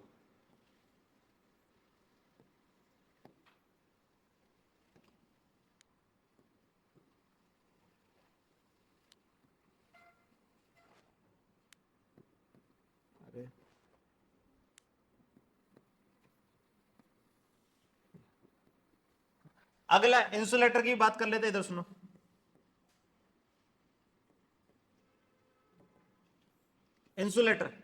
इंसुलेटर भी सेमीकंडक्टर की तरह ही बिहेव कर रहा है, टेम्परेचर बढ़ाने पे रेजिस्टिविटी घटती है, पर ध्यान सुनना, पर रेजिस्टिविटी में जो चेंज आता है वो बहुत ही छोटा सा चेंज आता है, इसका मतलब अल्फा जो है वो होगा तो नेगेटिव, पर होगा किसके पास में? जीरो के पास में, मतलब रेजिस्टिविटी में कोई चेंज आता ही नहीं है, ऐसा समझना। ठीक है, टेम्परेचर बहुत ज्यादा बढ़ा दोगे रेजिस्टिविटी थोड़ी सी घट जाएगी। इंसुलेटर कैसे बिहेव कर रहा है बताओ? कंडक्टर कैसे बिहेव कर रहा है जल्दी बताओ? कंडक्टर कैसे बिहेव कर रहा है? टेम्परेचर बढ़ाने पे रेजिस्टिविटी बढ़ रही है, टेम्परेचर बढ़ाने पे रेजिस्टिविटी बढ़ रही है, इसका मतलब अल्फा पॉजिटिव होगा कि नेगेटिव होगा? पॉजिटिव होगा। सेमीकंडक्टर कैसे बिहेव कर रहा है? टेम्परेचर बढ़ाने पे रेजिस्टिविटी बोलो घट रही है, रेजिस्टिविटी घट रही है, मतलब अल्फा पॉजिटिव कि नेगेटिव? नेगेटिव। इंसुलेटर में रेजिस्टिविटी पे कोई फर्क आता ही नहीं है, पर अगर यूं पूछा जाए कि घट रही है कि बढ़ रही है, तो स्लाइटली डिक्रीज करती है टेम्परेचर जब बहुत ज्यादा बढ़ा दे। टेम्परेचर जब बहुत ज्यादा अमाउंट में बढ़ा दे तो इंसुलेटर में भी रेजिस्टिविटी थोड़ी सी घटती है, और रेजिस्टिविटी थोड़ी सी घटती है इसका मतलब अल्फा जो होगा वो नेगेटिव होगा और जीरो के जस्ट पास में होगा। क्या बोला? पल्ले पड़ा? अल्फा एग्जैक्ट जीरो हो जाएगा तो फिर कुछ चेंज आएगा ही नहीं। पल्ले पड़ा क्या? अल्फा अगर एग्जैक्ट जीरो हो गया तो फाइनल रेजिस्टिविटी हमेशा इनिशियल रेजिस्टिविटी के बराबर ही रहेगी, टेम्परेचर चाहे कितना बढ़ा लो। मैंने कहा टेम्परेचर अगर बहुत ज्यादा बढ़ाते हो तो थोड़ी सी रेजिस्टिविटी घटती है, थोड़ी सी घटती है, इसका मतलब ये नेगेटिव होगी और जीरो के पास हो। क्या पॉइंट समझ में आया? अच्छा, इसके आगे इधर देखें।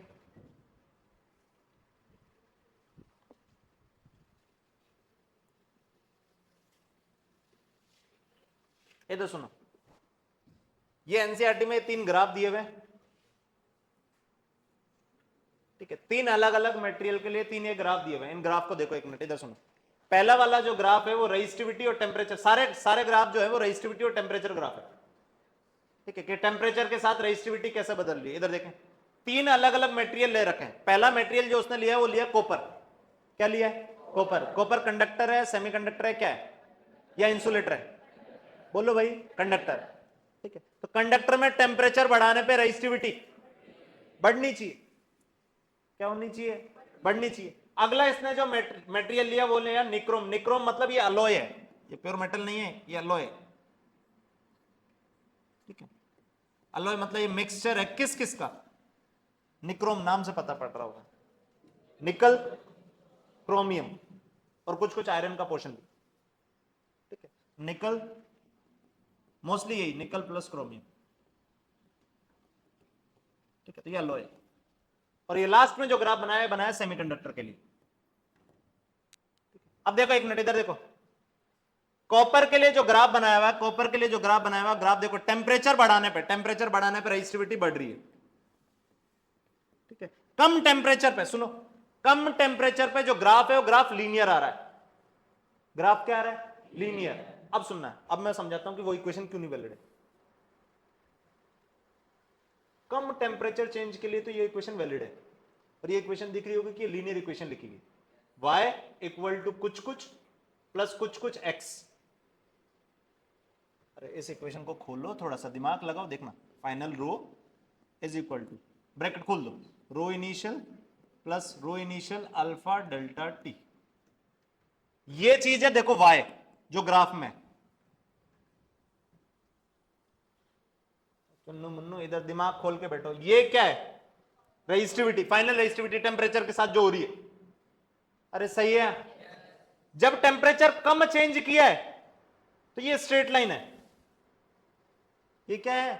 Straight line. पर टेम्परेचर में चेंज जब ज्यादा होगा तो ये पैराबोलिक की तरफ मूव करेगा। इसका मतलब टेम्परेचर में चेंज जब ज्यादा होगा तो ये इक्वेशन वैलिड होने वाली नहीं है, यही समझाया था मैं। क्या बोला? पल्ले पड़ा? कितनों को समझ में आएगा? ठीक है, तो नियर बाय मतलब कम टेम्परेचर चेंज के लिए अप्रोक्सीमेट अपन ने स्ट्रेट लाइन से अप्रोक्सीमेट किया, तो हायर टेम्परेचर पे पैराबोलिक होता जाएगा। अच्छा, निक्रोम के लिए क्या दिख रहा है? निक्रोम के लिए क्या दिख रहा है? देखो, रेजिस्टिविटी लीनियरली बढ़ रही है, रेजिस्टिविटी लीनियरली बढ़ रही है, ठीक है, पर जो चेंज हो रहा है वो स्लाइड चेंज है, देखो अप्रोक्सीमेटली पैरेलल आ जा रहा है। क्या बोला? पल्ले पड़ा? और सेमीकंडक्टर के लिए क्या होना चाहिए था? टेम्परेचर बढ़ाने पर रेजिस्टिविटी क्या होगी? घटी। क्या पल्ले पड़ा? अच्छा, इधर देखें,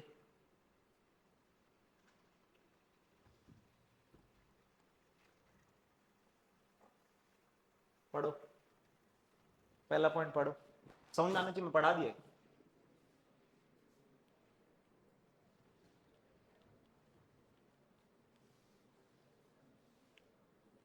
वो हिंदी अंग्रेजी में सेम ही लिखा है, ठीक है, तो पढ़े उसको, चाहे हिंदी में पढ़ लो चाहे इंग्लिश में पढ़ लो, इंग्लिश में ही पढ़ो, नहीं समझ में आया तो हिंदी में पढ़ना।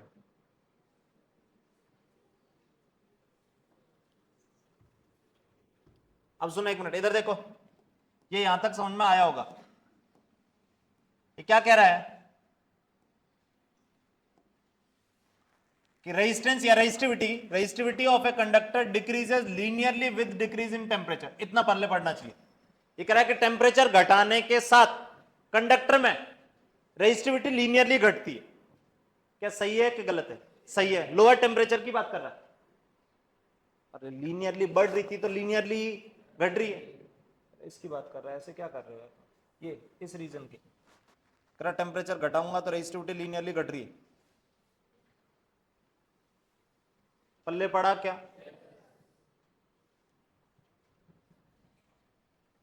अब सुना, घटते घटते घटते घटते एक टेम्परेचर ऐसा आएगा जहां पे रेजिस्टिविटी जीरो हो जाएगी। देखो टेम्परेचर घटते घटते घटते घटते घटते टेम्परेचर घटते घटते घटते घटते घटते एक टेम्परेचर ऐसा आएगा जब रेजिस्टिविटी कितनी हो जाएगी? जीरो। उस टेम्परेचर को बोलते हैं क्रिटिकल टेम्परेचर। उस टेम्परेचर को क्या बोलोगे? Critical temperature. और जो कंडक्टर था वो सुपर कंडक्टर बन जाएगा। उस पर्टिकुलर टेम्परेचर पे जहां पे रेजिस्टिविटी जीरो हो जाएगी, वो जो कंडक्टर है वही कंडक्टर किस में कन्वर्ट हो जाएगा? सुपर कंडक्टर में। सुपर कंडक्टर मतलब रेजिस्टिविटी जीरो हो गई। रेजिस्टिविटी कितनी हो गई? जीरो। वो टेम्परेचर जहां पे कंडक्टर किस में कन्वर्ट हो रहा है? Super conductor. उस टेम्परेचर को क्या बोलते हैं? बोलो भाई, क्रिटिकल टेम्परेचर। अब नॉर्मल इधर सुनो, एक एक मटेरियल हमें नॉन है, जैसे हाइड्रोजन सल्फाइड H2S, H2S,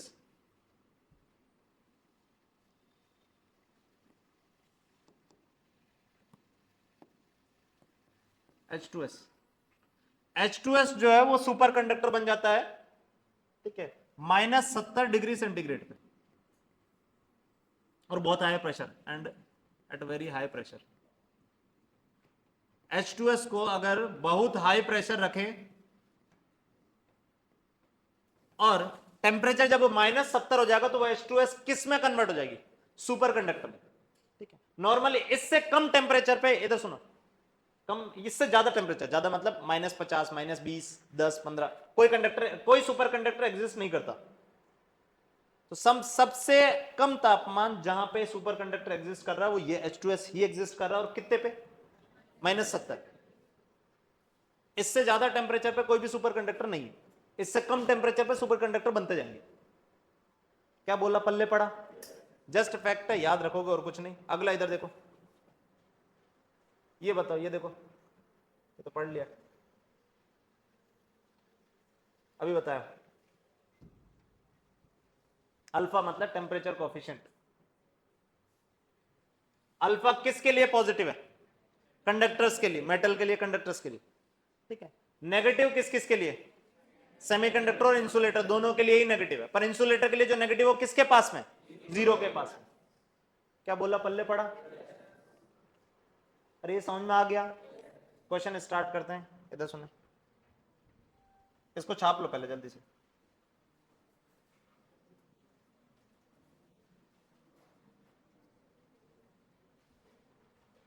यहां से छापें जल्दी जल्दी।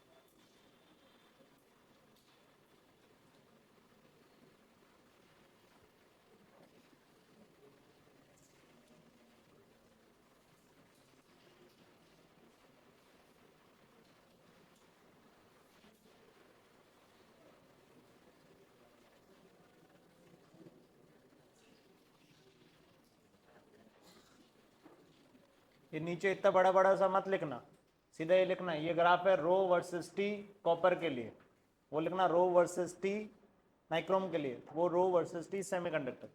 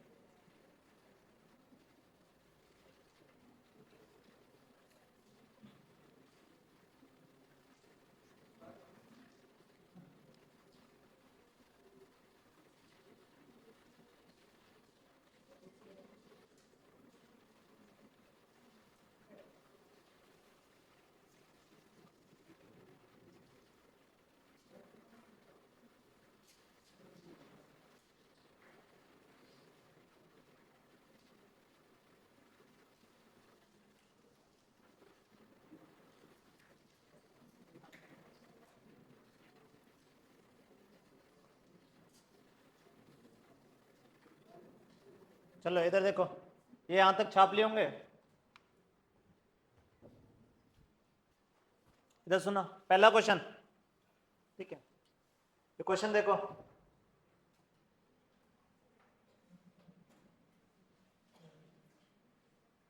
क्वेश्चन क्या बोल रहा है देखो, at room temperature 27 degree centigrade, ठीक है, the resistance of A heating element is 100 Om.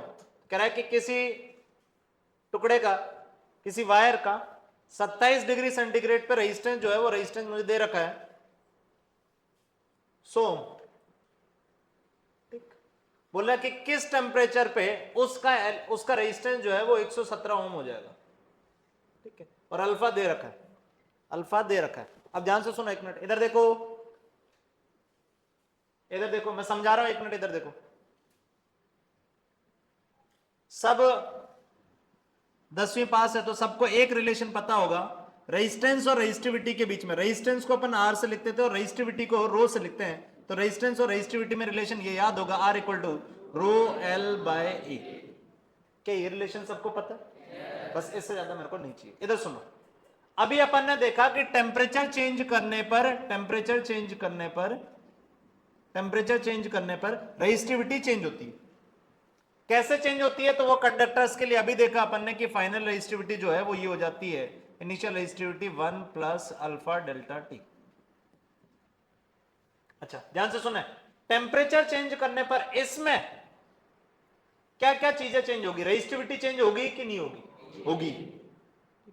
Temperature change करने पर जो वायर होता है उस वायर की डायमेंशन भी चेंज होती है, लेंथ भी चेंज होगी, एरिया भी चेंज होगा। मैं क्या बोला, पल्ले पड़ा? टेम्परेचर चेंज करने पे ये चीज चेंज होगी, हाँ होगी, ये चीज चेंज होगी, हाँ होगी, ये चीज चेंज होगी, हाँ होगी, लेंथ भी चेंज होगी, एरिया भी चेंज होगा, रेजिस्टिविटी भी चेंज होगी। इसका मतलब तीनों के तीनों टर्म चेंज होंगे तो ये चेंज होगी। पर अगर अगर अगर अगर अगर मैं मान लूं कि लेंथ और एरिया जो है, यानी डायमेंशन जो है वायर की,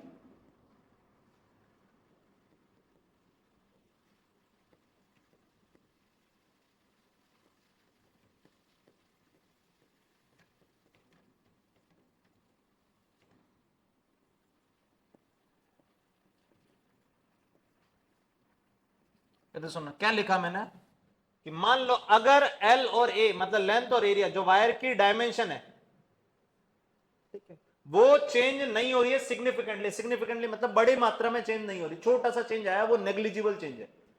तो जब लेंथ और एरिया में जो चेंज आ रहा है अगर वो नेग्लिजिबल है तो मतलब रेजिस्टेंस में जो चेंज होगा वो सीधा का सीधा किसके बराबर कर सकता हूं? जो रेजिस्टिविटी में चेंज होगा। सुनना, इसका मतलब जो रेजिस्टिविटी के लिए फॉर्मूला है वही फॉर्मूला रेजिस्टेंस के लिए बन जाएगा, पर कब? जब मैंने माना है कि लेंथ और एरिया में कोई चेंज आ ही नहीं रहा। ये इंपॉर्टेंट है, ठीक है। लेंथ और एरिया में मैं चेंज नहीं मान रहा हूं तो रेजिस्टेंस में जो चेंज होगा वो रेजिस्टिविटी में चेंज के बराबर ही होगा, ठीक है। इसका मतलब यही चेंज ऐसा बन जाएगा, final resistance is equal to initial resistance into 1 plus alpha delta T. सुनो, क्या ये रिजल्ट हमेशा वैलिड है? बोलो भाई, ये रिजल्ट कब आया है?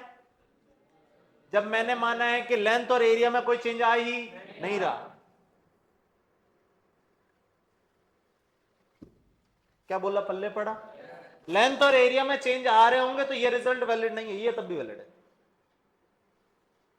ठीक है, ये तब भी वैलिड है पर ये रिजल्ट वैलिड नहीं होगा, ठीक है। अब इधर सुनो, इसने लेंथ और एरिया की कहीं कोई बात करी ही नहीं है, इसलिए मैं मानूंगा कि लेंथ और एरिया में कोई चेंज नहीं आ रहा है। इसका मतलब मैं डायरेक्टली ये रिजल्ट लगा सकता हूं। क्या लिखोगे? Final resistance is equal to initial resistance. Initial resistance generally कहां लेंगे? ये रेजिस्टिविटी कहां लेते हो? जीरो पे। कहां लेते हो? जीरो पे। तो ये रेजिस्टेंस भी कहां लोगे? जीरो पे। तो इधर सुनो, मान लो 0 डिग्री पे रेजिस्टेंस आर नॉट है, तो इसने क्या बोला है? 27 डिग्री पे कितना है? बोलो भाई, 100। बोला कि 100 से 117 जो है वो कितने डिग्री पे होगा? अब देखो 0 डिग्री पे, सुनना, 0 डिग्री पे आर नॉट है, 27 चेंज किया तो 100 है। 0 डिग्री पे आर नॉट है, कुछ चेंज करा तो 117 हो गया। अब वो कुछ कितना चेंज करा यही निकालना है। अरे सही है, फर्स्ट वाले के लिए इक्वेशन लिखो, क्या लिखोगे? फाइनल रेजिस्टेंस मतलब so is equal to initial resistance मतलब R naught into 1 plus alpha delta T. Delta T कितना है? डेल्टा टी कितना है? 27 के पल्ले पड़ा। दूसरे इसके लिए लिखो इनिशियल रेजिस्टेंस कितना? अरे 0 डिग्री पे रेजिस्टेंस कितना? R naught. तो लिखोगे फाइनल रेजिस्टेंस मतलब 117 is equal to initial resistance R naught into 1 plus alpha delta T. हमें क्या निकालना है? ये डेल्टा टी। ठीक है, इन दोनों इक्वेशनों से डेल्टा टी कैसे निकलेगा जल्दी बताओ? क्या इन दोनों इक्वेशनों को डिवाइड कर दो? दोनों इक्वेशनों को डिवाइड करूंगा तो क्या बन जाएगा? 100 बटे 117 इक्वल टू आर नॉट से आर नॉट कैंसिल हो गया, ऊपर बचा 1 प्लस अल्फा इंटू 27 और नीचे जो बचा वो बचा 1 plus alpha into delta T. इस इक्वेशन को इधर मल्टीप्लाई करना, इसको इधर मल्टीप्लाई करना और अल्फा निकाल दो, सॉरी डेल्टा टी निकाल देना। क्या सॉल्व कर लोगे? क्या सॉल्व कर लोगे? ठीक है, तो ये क्वेश्चन ये है। ठीक है, अगले क्वेश्चन पे चलते हैं।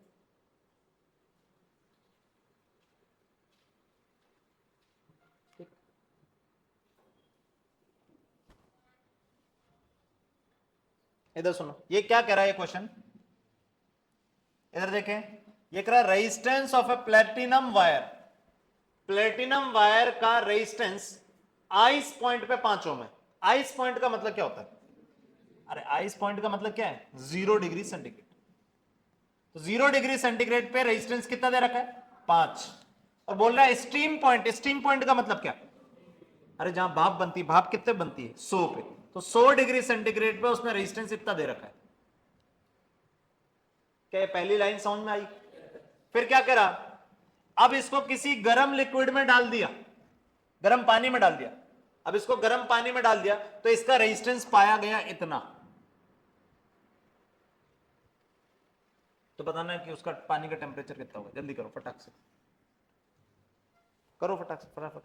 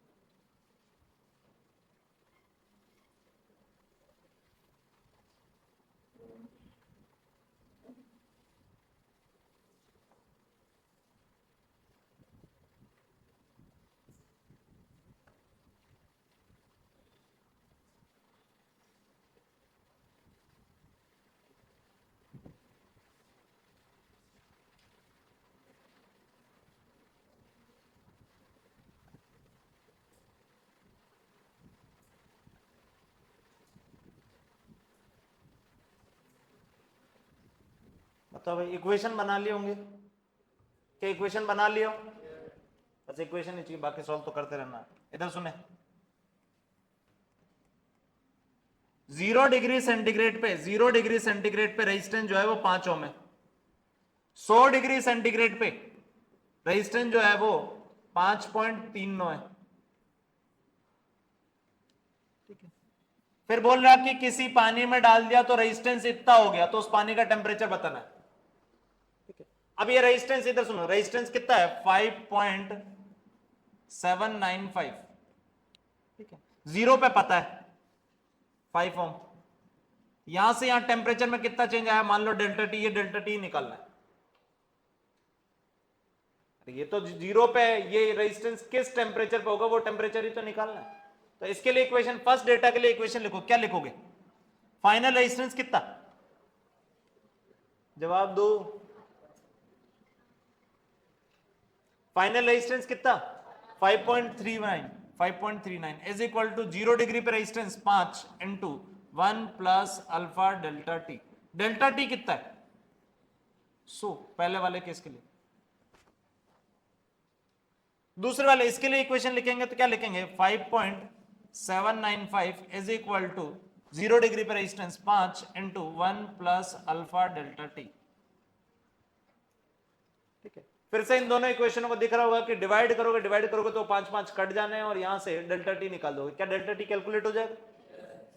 ठीक है, हमेशा ये इस तरह की दो ही इक्वेशन बनेगी सेम सेम, इनको डिवाइड करोगे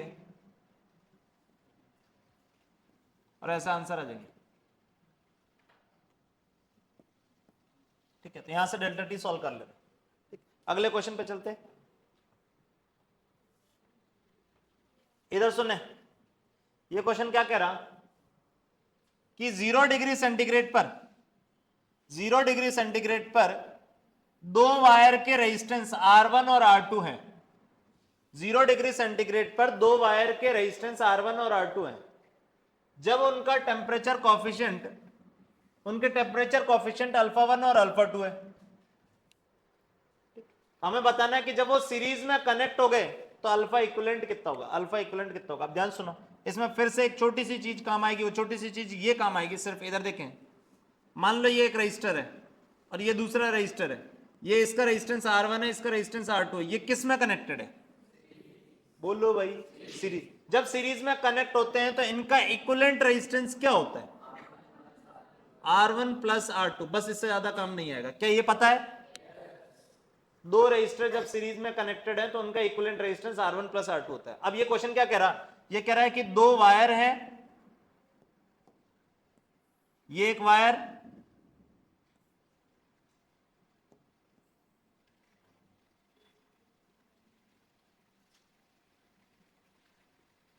ठीक है, इस वायर का रेजिस्टेंस R1 है 0 डिग्री सेंटीग्रेड पे, इसका रेजिस्टेंस R2 है, इसका थर्मल कोएफिशिएंट अल्फा 1 है, इसका थर्मल कोएफिशिएंट अल्फा 2 है। अब इन दोनों को सीरीज में कनेक्ट कर दिया। जब सीरीज में कनेक्ट करोगे, ध्यान सुनना, जब सीरीज में कनेक्ट करो,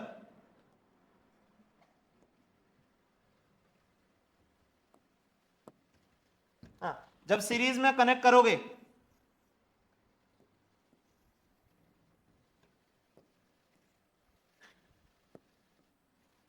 ये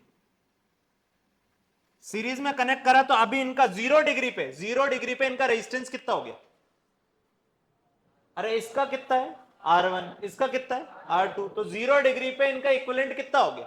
R1 प्लस R2। हुआ कि नहीं हुआ? अब सुनना, अगर मैं इनका टेम्परेचर बढ़ाऊं,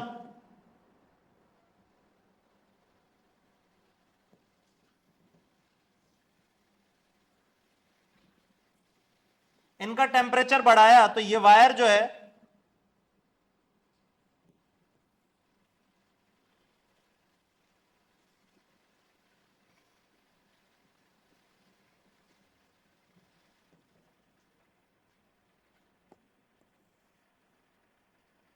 हाँ जी, टेम्परेचर बढ़ाया तो इस वायर का रेजिस्टेंस अब कितना हो जाएगा? मान लो टेम्परेचर डेल्टा टी से बढ़ाया तो इसका रेजिस्टेंस कितना हो जाएगा? R1 into 1 plus alpha 1 delta T. इसका रेजिस्टेंस कितना हो जाएगा? R2 into 1 plus alpha 2 delta T. होगा कि नहीं होगा? अरे टेम्परेचर डेल्टा टी अमाउंट से बढ़ाया तो इसका रेजिस्टेंस ये हो गया, इसका रेजिस्टेंस ये हो गया। हुआ कि नहीं हुआ? अब मेरे को इनका इक्विवेलेंट अल्फा पूछ रहा है। इक्विवेलेंट अल्फा का मतलब क्या है कि एक सिंगल वायर रखूं इनकी जगह। इक्विवेलेंट अल्फा का मतलब क्या है? इधर सुने, इक्विवेलेंट अल्फा का मतलब यह है कि ये दो वायर है, इधर सुने, ये वायर है, ठीक है,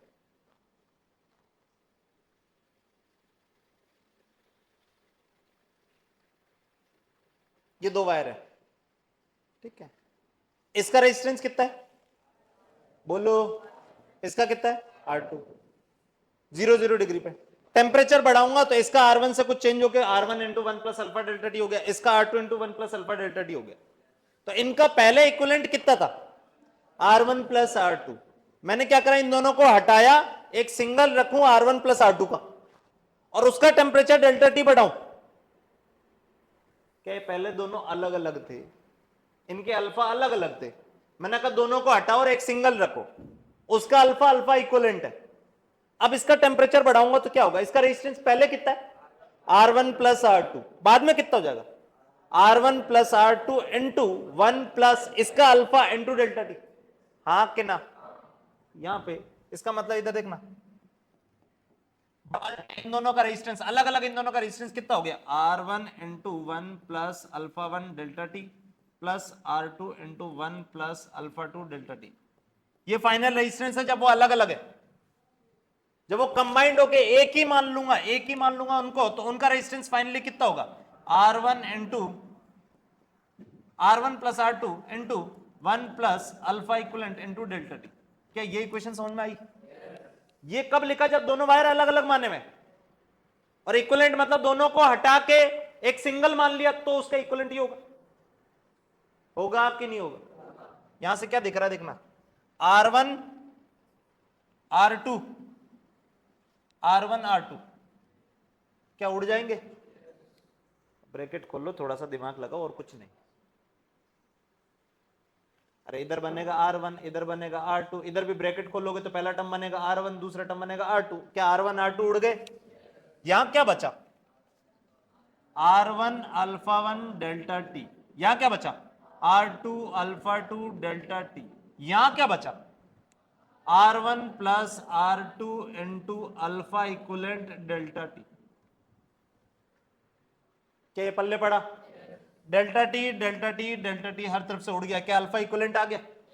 अल्फा इक्विवेलेंट कितना आया? अल्फा इक्विवेलेंट इधर ऊपर लिख रहा हूं, अल्फा इक्विवेलेंट आ गया R1 alpha 1 plus R2 alpha 2 upon R1 plus R2। क्या ये पल्ले पड़ा? अरे क्या ये समझ में आया? अब इस क्वेश्चन को और कैसे चेंज कर सकता है? वो कहेगा सीरीज में नहीं पैरेलल में जोड़ रखें। सीरीज में ना जोड़ के क्या जोड़ रखें? पैरेलल। जब दो पैरेलल में जुड़े होते हैं तो उनका इक्विवेलेंट क्या होता है? 1 upon R1 plus 1 upon R2 equal to 1 upon R equivalent होता है। ठीक है, तो यहां पे अब देखो, ये ऐसे ना लिख के R1 प्लस R2 ना लिख के इनको क्या लिखा जाएगा? दो रेजिस्टेंसेस पैरेलल में, R1 एंड R2 पैरेलल में R इक्विवेलेंट कितना होगा जल्दी बताओ? R1 R2 upon R1 plus R2, ये आएगा। ये कितनों को पता है कि ये आएगा? इसका दो रेजिस्टेंसेस पैरेलल में होंगे तो इक्विवेलेंट ये आएगा। ठीक है, ये कक्षा 10वीं से पढ़ रहे होंगे ऐसा। क्या ऐसा पढ़ रहे हो? अगर नहीं समझ में आ रहा कोई दिक्कत नहीं, फिर ये यहीं रखो, अगला कोई बताते ही नहीं, चलो आगे चलते हैं। इधर सुनो, तो यहां पे सिर्फ इस क्वेश्चन में क्या चेंज आएगा? ये डायरेक्टली ऐसे जुड़ेंगे क्या? ये डायरेक्टली ऐसे जुड़ने वाले? क्या करोगे? दोनों का मल्टीप्लीकेशन अपॉन दोनों का सम इक्वल टू, यहां पे भी फिर ये आएगा। अरे सही है, ये यही का यही रहेगा, और फिर वहां से कट कुटा के फिर से नया कुछ रिजल्ट आएगा। क्या बोला? पल्ले पड़ा? ठीक, अगले क्वेश्चन पे चलते हैं। ये क्वेश्चन होमवर्क ले लो, इधर सुनो, ये होमवर्क ले लो, सेम ही है। क्वेश्चन समझा दे रहा हूं, इधर देखो। कह रहा है एक हीटिंग एलिमेंट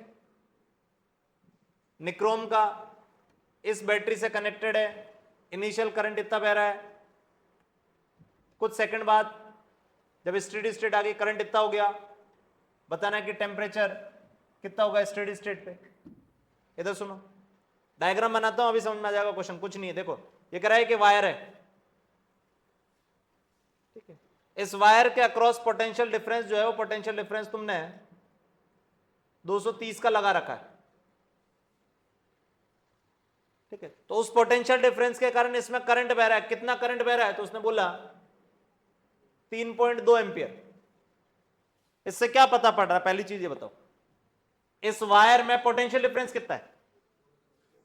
बोलो, करंट कितना बह रहा है? V दे रखा है, I दे रखा है, क्या इसका रेजिस्टेंस बता सकते हो? इस वायर के अक्रॉस पोटेंशियल डिफरेंस 10 है, करंट 2 बह रहा है, रेजिस्टेंस कितना? बोलो भाई 5। सेम चीज यहाँ पे पोटेंशियल डिफरेंस इतना, करंट इतना, तो यहां से रेजिस्टेंस आ गया, रेजिस्टेंस कितना आ गया? 230 बटे 3.2, ये इसका रेजिस्टेंस दे रखा है। उसके बाद बोल रहा है कि सेम बैटरी कनेक्टेड है वायर के साथ, अभी भी 230 ही है, पर अब जो करंट है वो करंट इस पे हो गया 2.8। सेम बैटरी कनेक्टेड है, अब करंट कितना हो गया? 2.8। इसका मतलब क्या चीज चेंज हुई है? क्या वोल्टेज चेंज हुआ? करंट चेंज हुआ। करंट किसके कारण चेंज हुआ? रेजिस्टेंस के कारण। हाँ कि ना? तो फाइनल रेजिस्टेंस कितना आ जाएगा? कितना आ जाएगा?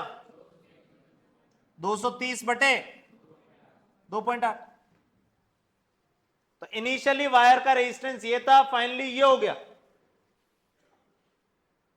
ठीक है, अल्फा दे रखा है, निक्रोम का अल्फा दे रखा है। अल्फा कितना दे रखा है? 1.7 इंटू 10⁻⁴। बोल रहा है कि यहां से यहां टेम्परेचर में कितना चेंज आया होगा, बताओ। क्या बता सकते हो? अरे अब बता सकते हो? ये रेजिस्टेंस दे रखा है, फाइनल रेजिस्टेंस दे रखा है, अल्फा दे रखा है, डेल्टा टी बताना। यही तो करते हैं अभी तक। क्या कर लोगे? ये क्वेश्चन भी होमवर्क है, सेम ही तरह क्वेश्चन है, जस्ट ऐसे प्रैक्टिस करके आना और कुछ नहीं। इधर देखें क्या कह रहा, अगर टेम्परेचर में चेंज एक वायर के लिए 5 डिग्री हुआ, एक वायर के लिए टेम्परेचर में चेंज 5 डिग्री करा, तो उसका रेजिस्टेंस इतना बदल गया। अल्फा ये दे रखा है, तो बताना है कि 0 डिग्री पर रेजिस्टेंस कितना होगा। क्वेश्चन पढ़ो दोबारा से, हो जाएगा क्वेश्चन। करो अभी, करो, चलो करो इसको, ये शायद कैलकुलेशन भी गंदी नहीं जाएगी, करो एक बार।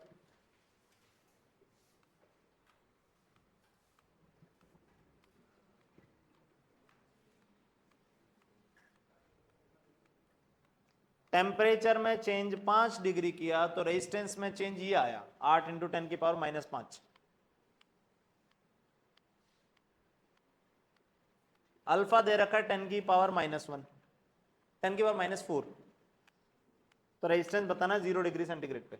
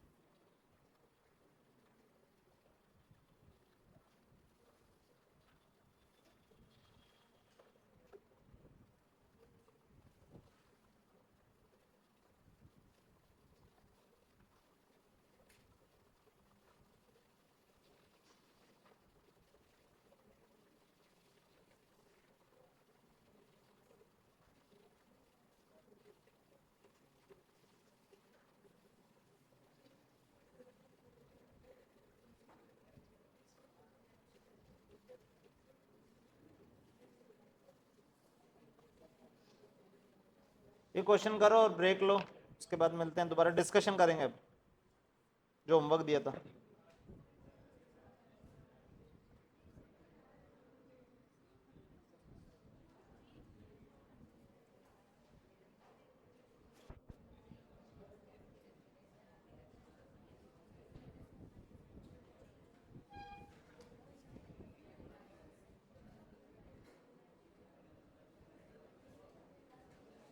क्या करें, कितना आंसर है?